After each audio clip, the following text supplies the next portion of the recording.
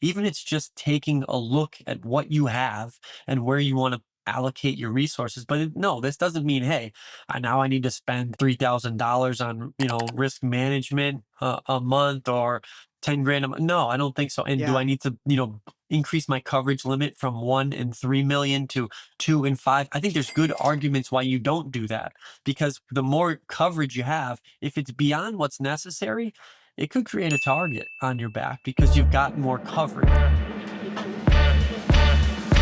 Kick it.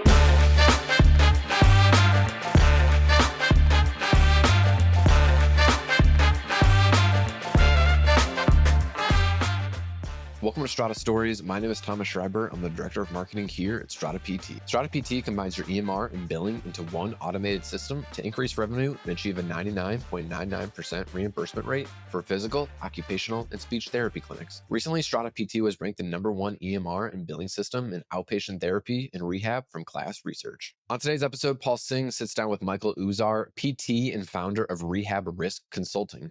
The guys talk about the hidden legal and operational pitfalls that can cost clinics their money, people, and reputation. They also cover the risk policies every practice owner should have in place, how to reduce liability insurance without cutting corners, the real risks of new tech like AI-powered scribing and how to protect yourself, and lastly, why ignoring risk management can quietly erode your clinic's culture and profitability. If you'd like to learn more about Strata PT and see how our EMR and billing works, head over to stratapt.com to book a demo.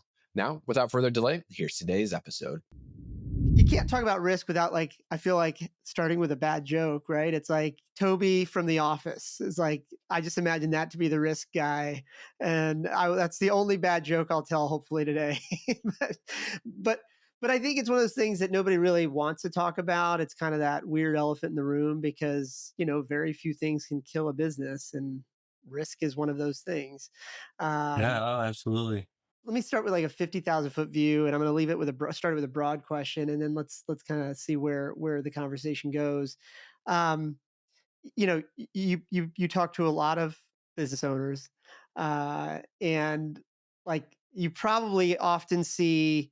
You probably, if I ask you like what the most common mistakes business owners make, you probably can like shoot that off right away. But I'm curious, like when you meet business owners right now, what are the top risks they tend to be worried about? And are those different than like the top risks you think they should be worried about? I think it is. I think, I come from the background of healthcare, large system healthcare risk management, and having the background as a physical therapist, which is kind of unique in that world of risk management, because oftentimes it's nurses and attorneys, or a lot of times it's nurse attorneys who are doing that work. But then transitioning that to kind of smaller and mid-sized companies and even private practitioners who have their rehab clinics, I think when the big emphasis is always on growth, right? Like you want to grow because you want to make money, and a lot of people want to kind of step back from being that full-time direct practitioner, and they want to get kind of more working the business instead of in the business. So I see there's a lot of emphasis on growth.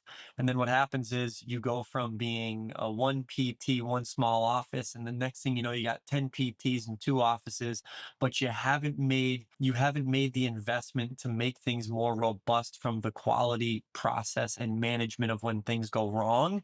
So then when something goes wrong, you now have this big asset that hopefully you've financed the risk, and that just means you've got insurance to cover it, all of it. And let's say you own the building, are you covering the practitioners themselves, the PTs and OTs themselves, or are they purchasing insurance for themselves? But managing all of what are the risks that could take your business out. And just like anybody or anything else, the bigger you are, the bigger the target on you, and the more risk you have because the more encounters you have. So I think to answer your question, I would say there's always a lot of emphasis on growth and scaling, but very quickly, not having these processes as you scale and financing your risk, I mean, you can really wipe out that growth pretty quickly. Yeah, yeah, So I think yeah. the emphasis on capturing where your risks really are, and in terms of, how you release information, or how you Yeah, document, or there's a myriad of things, but how you handle that stuff yeah. is a really big component to it that I think is often overlooked because the focus is on the growth. And that totally makes sense, right? So I know this is going to sound like a simple question, and I realize the correct answer to it is probably going to be, it could be hours long, but generally speaking, let's maybe let's kind of like paint a picture here, right? So like we're sitting there talking to maybe a practice owner, or let me rephrase. There's probably a practice owner listening to this right now. Maybe they got like three clinicians. Maybe they have one location. Um, whether or not they're leasing the location or own it, all that stuff. But for their stage, they're sitting there thinking, okay, I got to grow this thing because if I don't, I miss payroll, and if I miss payroll, then I got this problem, that problem. But from a risk standpoint, their risks. I'm trying to like It's such a good sandbag my Paul. question here, but I guess I'm It's trying to such figure a out what good should they question. cover first. It's such a good question. Let me give you the quick overview. I think the toughest part to understand is like, what the heck is risk management and what does that mean? And if you're a business owner, you're like, I never even heard of this. How can I need something that I'd never even heard of? When I first got into risk, I struggled with it. How do I explain in 10 seconds to someone what the heck I'm doing or what it is? When I worked in health system risk management. And I remember asking, my mentors in the field because I was so green and it's like, how do you explain this? I've got old PT colleagues who are like, so what are you doing now, Mike? And I didn't know how to explain it. And I would explain it in short is risk management is protecting your loss of money, which is normally through liability claims, loss in revenue, or protecting your loss of your people. So employee attrition or licensure issues. So you're protecting your money, your people. And then a big one, I think, in this space is the reputation. So how are you handling when things go wrong and nurturing the client that you have because of your reputation is so important for your brick and mortar business in your community. So I guess to bring it all the way back to answer your question is like, what do you tell this three-person practitioner? As I say, your insurance costs, a cost to you may be depending on the systems that you have in place. So if we want to try to save money one way, it's do you have a chaperone? If you're doing pelvic health, do you have a chaperone policy? Even if you can't fulfill it, do you have a policy that's going to reduce your risk? And the more risk you have, the more your liability insurance costs, because that's how they underwrite it. So there's savings there. The other thing is there's a kind of a core group of things that are the most risky. How are your therapists supervising their patients in clinic?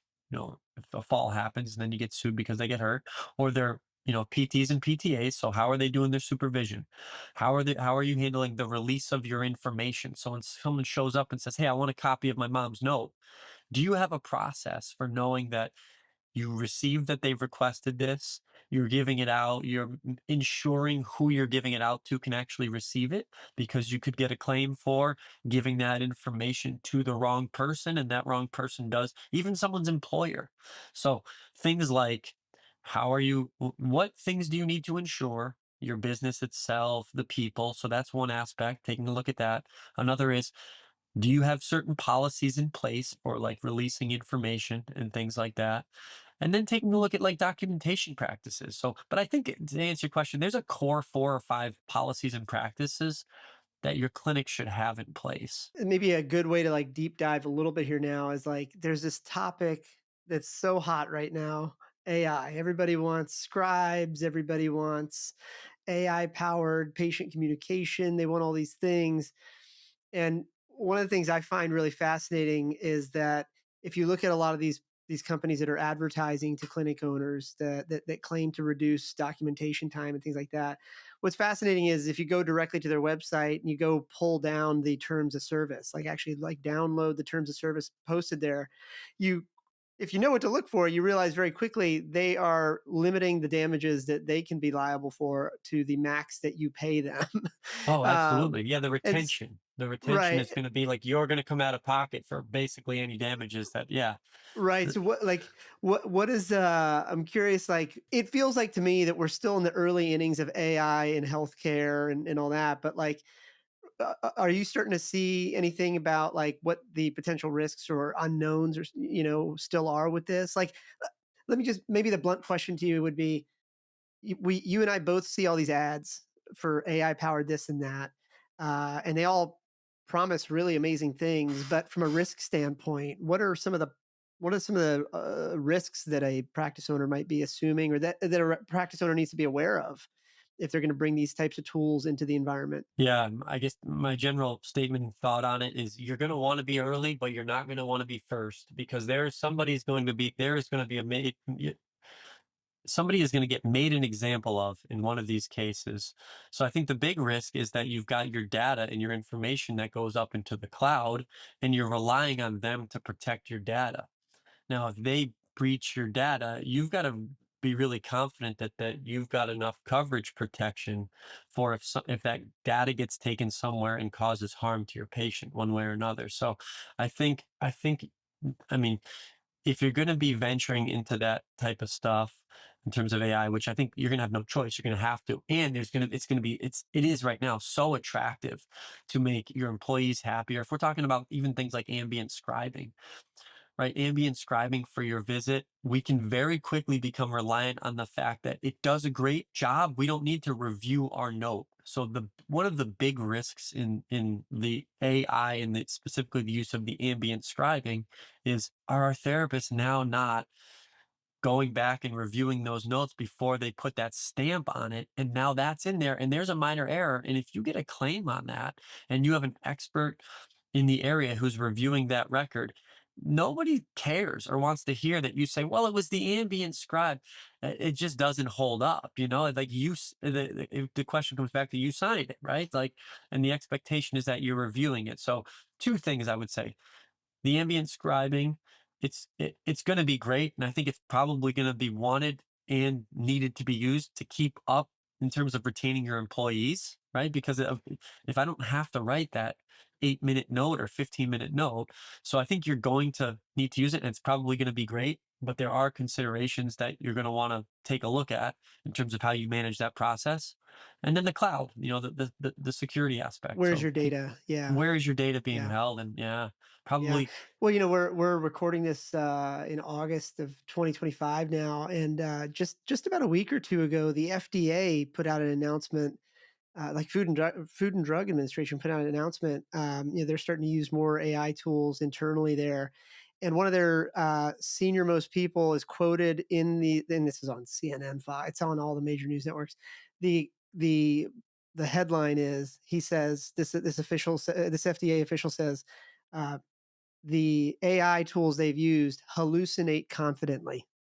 In other words, that as they went back and looked at the results that were coming from these tools, some of these tools that they were using, they realized that if they didn't intensely scrutinize the output, lots of stuff was slipping by. I mean, it was just lots of stuff was slipping by. And the phrase he used was, he said it hallucinates confidently. Like if you didn't read it carefully, the confidence that these tools, the confidence with which these tools output a suggestion or a document or anything, it looked so confident that the humans involved of approving these things They just believe assumed it. it was right. Yeah.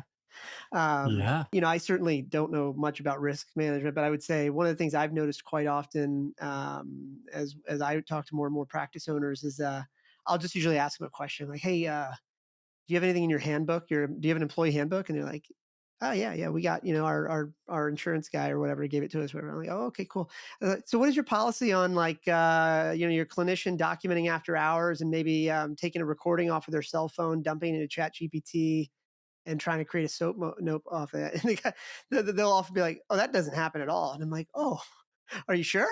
And if it does happen, do you have anything in your handbook that says you're not allowed to post this in there?" Like, and it's such it it's like unforced errors. These are like really basic mistakes I think folks are making right now, and they're so. Um, I also like the way you said it. Right, you gotta be early, but you don't want to be first here. I I have this bet running with a couple folks that I know, that I think the first example that we made of somebody is going to happen this year.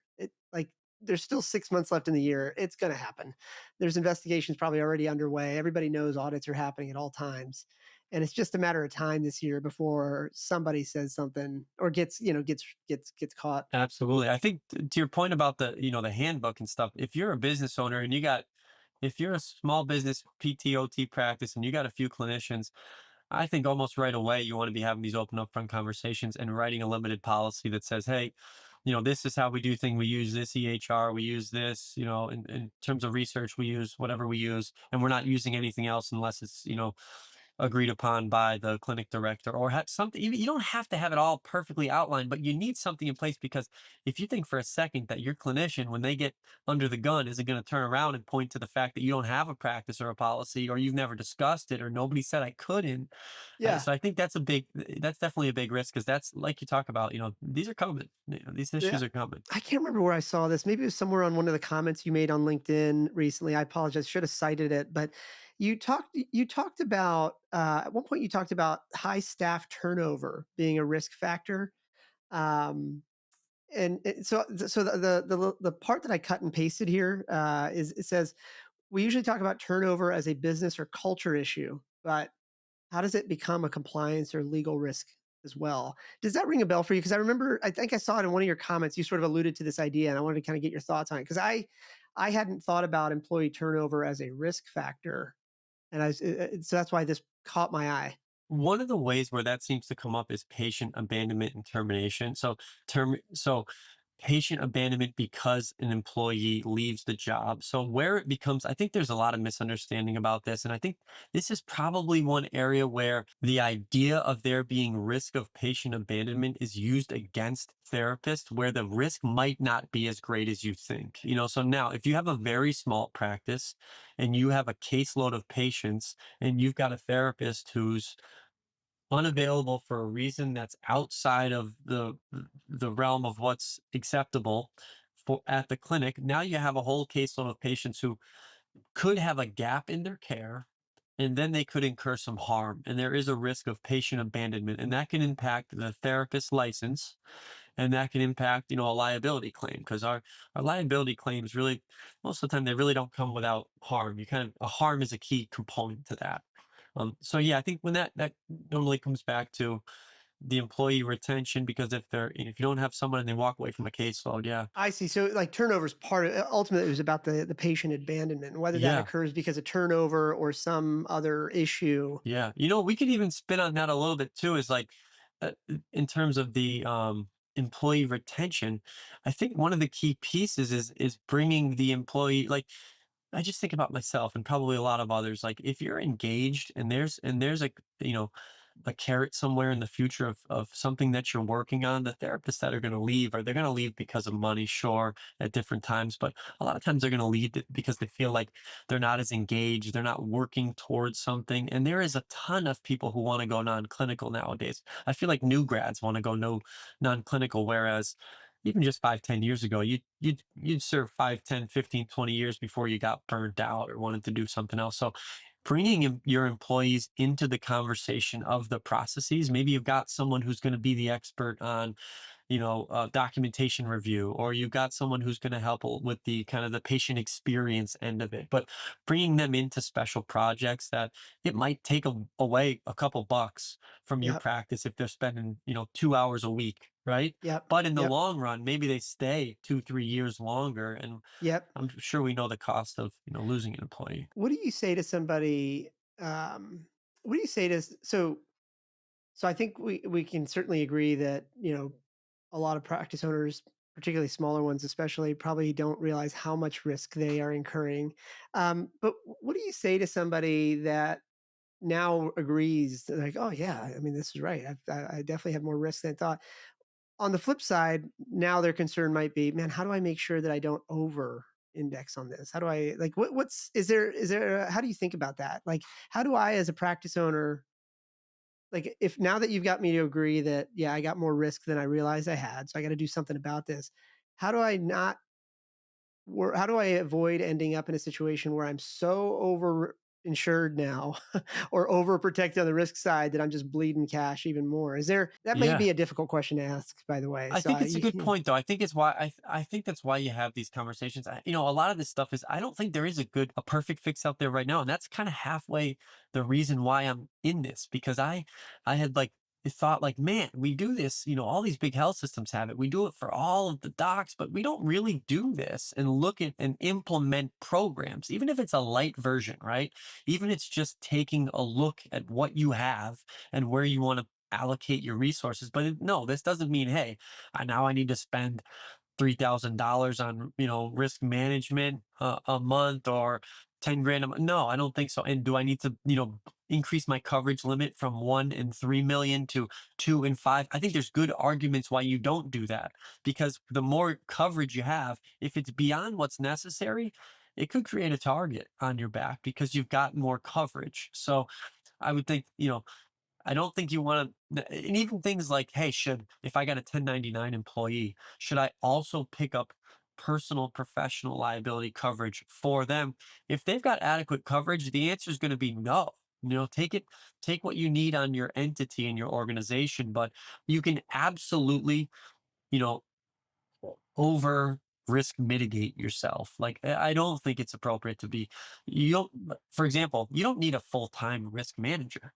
Do you need someone that you can pick up the phone and and get within 20 minutes to say, Barbara's in my waiting room. She's wilding out because we gave her medical record to her daughter. And now you want to figure this out. Most of the time you think to pick up and call your attorney. But I think what therapists don't understand is, like, your local healthcare attorney, if you need a contract, they're going to be great for that. But if you need these real time where you kind of need to understand some of the clinical realm and the components and the management of that person's situation, that's kind of where risk management consultants come into play, like myself. It's super interesting. Yeah, and I like the idea of how you said that was really interesting. This idea that getting overinsured can put a target on your back. I think Yeah, is I mean, if you've got a ton of coverage, and this is kind of how it works out, Paul, is like, if you've got a potential claim and the patient takes that to an attorney who's going to look in to say, hey, is this a case I'm willing to take on? They're going to look at the facts of the case to make sure that the components of a medical negligence claim are there. And then beyond that, they're going to say, well, who is this we're going after? Because you can't get blood from a stone, right? If you're going after a big healthcare organization who's got $100 million of coverage, okay. But if you're going after someone who's got no assets and $50,000 worth of coverage, yeah, it's where you get into like the attorneys with the contingency fees and stuff like that, right? right, right. Yeah. I'm gonna get some attorneys coming after me on this one now. So let's see. No, they're great. um, They need it. And trust me, I worked with lots of attorneys who do a great job, and they're needed. you alluded earlier to an example where you said, "Hey, if you're in pelvic health, do you have a chaperone present and stuff like that?" Um, that's also an interesting angle to kind of maybe explore a little bit too, because on the one hand, and I'm just oversimplifying this, right? But on the one hand, having the chaperone in there, extra set of eyes, less the risk of any bad behavior, but that's another person on the payroll, probably not generating revenue while they're standing there, that sort of thing, and so like um, I don't know how to articulate the question, but I thought it was interesting that you brought that up because now you're thinking about this like practice owner, this example, this hypothetical practice owner we just brought up a little while ago. They're sitting there thinking, okay, it's me plus two other clinicians, and I either need to like put somebody else on the payroll that's going to be the chaperone, or maybe I'm going to borrow some time from like my front desk person, and they're going to pop in or something like that. Uh, where's the like where's the crossover point between one more salary versus just paying for more coverage just in case something happens? This is probably more of like a statement than a question, but I thought it was interesting you brought up that point because it's like you're balancing the need for operational realities, like higher payroll is tougher It's to. the best question. That's the best question, I Paul. love it. It's Oh like yes, it's like yeah, it doesn't make. It's like, does this really make sense for me? Like, hey, that's a great recommendation from a a risk guy. Great, thanks a lot, pal. But it doesn't work for my clinic. Like, I think you have to be reasonable about these things. And a lot of time, if you're the type of clinic where you think that 95% of your patients are going to say, yes, I do want the chaperone, then yes, it's probably not something that you want to implore as a strict policy in your clinic. But the reality of it is the vast majority of patients are saying, no, I don't want a chaperone. So your operational burden, or of what the cost is really going to be to supply that, I don't think is very high at all. I think you can have somebody that's at your front desk. And the other thing is, the big thing about this, and the big thing that makes this difference in terms of, if you're the business owner weighing the operational, is it worth it? The big yeah, difference is your insurance is likely not going, your professional liability insurance is likely not going to cover if it is determined that your staff member is a bad actor in the things that they're doing, and it's outside, it is now criminal. It is not, under what they're doing for their professional duties within their scope.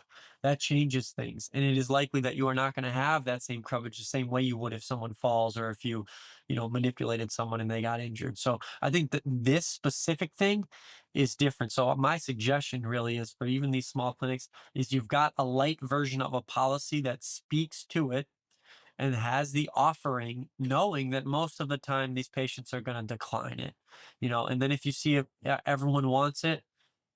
I mean, you might have other issues and things of how you determine who's providing the care. Well, anyway, it's I like the balanced approach there too, which is interesting. Also, I didn't realize that you mentioned that like 95% of, I think you used the word, the number 95. I think 95% of people opt out.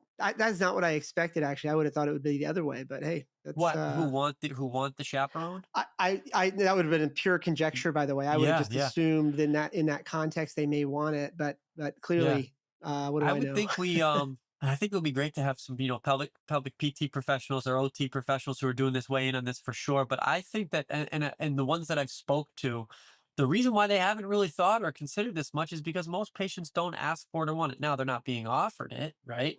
But I think and even working in health systems where, OB clinics, and the vast majority of patients say, nope, I'm fine. I don't need another person in here. I already have a relationship with my therapist here. They've had good communication and conversation about what's going to occur. I'm comfortable. I don't need a third party. But the offer can be a big risk mitigating factor, even The if they don't. offer. Ah, yeah, yeah. The Okay, I see. Yeah, Yeah, the yeah. offer, and then having the policy that says, if you want it, am the therapist, have the ability to opt out. So that's another key part about this, Paul, is having the policy that says, I cannot treat you if I'm uncomfortable as a therapist, if I don't want, hey, my other colleague to sit in on this Ah, visit. yep. Now, I'm some of these connecting the patients dots. have Yeah. significant, behavioral health, mental health histories. They may have traumatic backgrounds. So, having someone, the therapist may feel more comfortable having that carve in a policy that says, hey, I can opt to not move on with this treatment without it feeling like it's discriminatory, or you're selecting which patients you do and don't want to see. Or so I think it's helpful for the protection of the therapist when they're uncomfortable also. It's really interesting. This is super timely, and I'm probably going to get judged for knowing this, but right now, right about the time we're recording this right now, what's trending all over TikTok at the moment is um, this young lady that is doing this like multi-part series on how she feels that her mental health professional groomed her. And she was doing all these meetings via Zoom and stuff like that, right? And it's what I find really fascinating about the whole thing is that she, as the patient here, is allowed to now, allowed's not the right word. She, as the patient here, is telling her side of the story, but the other side of that now is you've got the TikTok mafia, if you will, has already identified who the practitioner was, and now that person can't really say much because of HIPAA, right? Now they're stuck, and now their employer is getting dragged into this. And now you have all these other ancillary vendors that were involved that are having to come out on social media and say, like, we're not involved in this, right? And the whole thing is just this crazy mess of risk that probably was on nobody's bingo card for 2 weeks ago. But it's sort of unfortunately the new reality of kind of where we are today as not only a society, but like, just as industry, industry Absolutely. business owners stuff. I can tell you Um, what the back end of that looks like for that organization is they're now doing an investigation. So some of the benefit of having that risk management support in the clinic without this seeming like a cheesy sales pitch is, you've got a kind of almost, a third party who's coming in to gather that information as close to real time in defense of whatever it may be to come. Because if you don't have that information of, hey, did you interview the people that were involved? Did you interview the people that came in contact? Did you interview that therapist themselves to ask, hey, what was your visit like on July 1st? Or even the front desk. Did you see the patient come in on July 1st? And what did she say to you? So gathering all that information is very tough to do if you've got three people in a clinic and they're your colleagues you work shoulder to shoulder with. well, and to be fair, it's probably not any easier if you get big too. I mean, it's arguably harder to do all that the bigger you get. So just it's fascinating. I didn't expect to even bring that up here, but as you were talking about it, all these like risk factors, I just start to think like, oh, my wife showed me this last night, and I don't judge me.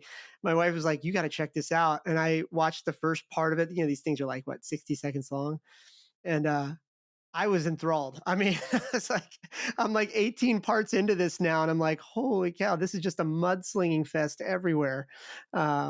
I definitely don't want to be on any side of this. Um, so, all right. So I also want to make sure we're being respectful of your time as well here. In when we publish this, we're going to obviously put links to your social media and stuff like that. If people want to reach out to you, what's the best way to reach you? Is it email, Yeah, the social best way is media? What do you? probably email. So it's Yeah. muzar at Rehab Risk Consulting LLC.com. Okay, we'll put that Probably in the there best way. as And well. Instagram too, Rehab Risk Consulting. I just new to the Instagram game there. So, get it. It's cool to venture into it there. So, It's fascinating. This is maybe just as an aside to that comment. It's fascinating though to see like, you know, I don't know what I don't know how to describe this, but if you had asked me um, years ago, like whether or not content for this industry would be going out on Instagram or whatever, I'd be like, I don't think so. I don't think practice owners hang out there. But I have been proven horribly wrong yeah, it's wild. It's by our wild, team, huh? Yeah. you know. And I don't know if that's because like the maybe the demographic of practice ownership is slowly changing, and newer, younger people that are accustomed to social media. I don't know what it is, but that also, by the way, brings a point back to risk management as well. Is that like I did talk to a practice owner a couple months ago, who had an interesting sort of social media policy for his practice, and I think it essentially goes something along the lines of like, hey, you can use up to like 2 hours of your time every week on the clock to create content, for our social media channels. But then there's like policies in the handbook around, okay, but if a patient is involved at all, these things have to be signed off on before you can even do that. Or, if you don't have these signed off on, no social media inside this treatment room or that treatment room. So it was interesting. He was pretty forward thinking on that. Yeah, I think so. Um, That's definitely a pretty wide open approach there. No, I'm not saying that they don't have a great approach, but that's if it goes wrong, it could go really wrong. yeah, yeah. There's Yeah. probably a lot of gray area that can be. So you'd want to have you'd want to be pretty close to your clinic and your staff. I think if you're going to have some kind of, which I'm sure it's probably not a 25 practices, right? It's probably but yeah, I mean, normally it's, hey, there's a separation between what's your work and what's your social media, and as long as you don't say you're representing us, but if they're looking to grow, it's not. I think it's kind of cool too. Like if you're looking to have your people get out there and kind of be boots on the ground in the social media world to grow your business, that's kind of cool too. I've seen these lines get a little bit blurred more on practices that focus on specific sports. So, like, you're treating running. I'm going to make this up, right? But not to give away practice names, but like, if you're treating running and that's like the niche you're huge in, and all of a sudden you want to make sure your PTs are like the notable running PTs and you're willing to invest in that. I haven't seen it so much in like knee replacement or anything like that. It's typically like some niche that's sports, it's golf, it's running, it's swimming, things like that. And it's almost always when it's like a sports minded owner as well that's like documenting their Ironman training or something, and then it all of a sudden expands to like the clinician that happens to do it as well. And so Yeah. it's a brave new world we're in, right? It's like I think you need to know the risk pieces of those real quick. There is, you need to know when your relationship with your patient starts and ends. And then you need to have an upfront conversation and have them signing off that their image and some details of their, protected health information is going to be out there on the social media, and they have to sign and agree to that. I think beyond that, then you're probably okay. But I would do both of those two yeah. things, like Yep. figuring that Yep. out. Well, and this, but for a lot of folks that this is new to, also have to remember that yeah, getting it signed is one part of it, but then you got to retain that document somewhere, and you got to have a policy on how long you're going to keep that thing and all that. And I mean, hell, I've learned it the hard way as a business owner as well. It's like hey, so and so says, yeah, where is that? And it's like, well, that was 8 years ago. Like, oh. Oh, well, nowadays we have policies like, well, 7 years this or 5 years that, or, whatever. It's probably a good idea to even invest, a tiny bit of time in having the conversation with all of your staff that, listen, these documents exist and these are going to be protection for us. But I think, in my opinion, equally as important is how you're having and that you're having the conversation, because I've seen cases where, doctor gets, a written consent to do a lumbar fusion on someone. It's all signed, it's filled out. It was there 2 weeks ahead of time of the surgery. In the note, it says they had it, but the patient wakes up 6 months later. He says, I didn't know I was going to have two rods in my back. And now he's on social media. He's calling the office. He wants to have two sit down meetings with the doctor. He wasn't aware of what the risks and benefits were going to be. So it's the huge piece of, hey, have these conversations about exactly what this is and make sure that you've got the risks and benefits and alternatives in those consent conversations. I love it, man. Well, for whatever it's worth, I love not only the conversation here, but I love the sort of level. What's the right word? The They're level set reasonable. kind of approach you're coming in with, because Yeah, yeah. I feel like most of the folks that I ever run into in your line of work, and I say this with all the respect in the world, they come in heavy handed on like everything's gonna screw you, and it's like, okay, all right. Okay, with that mindset, there's gonna be like no margin left to give anybody a I raise or know. whatever. You So I gotta be appreciate you. reasonable. Yeah, I Yeah. appreciate your sort of like level-headed, sort of level balanced Yeah, approach yeah. to this. Thanks for listening to another episode of Strata Stories. Strata PT combines your EMR and billing into one automated system to increase revenue and achieve a 99.99% reimbursement rate for physical, occupational, and speech therapy clinics. If you'd like to learn more about Strata PT and see how our EMR and billing services work, head over to stratapt.com to book a demo.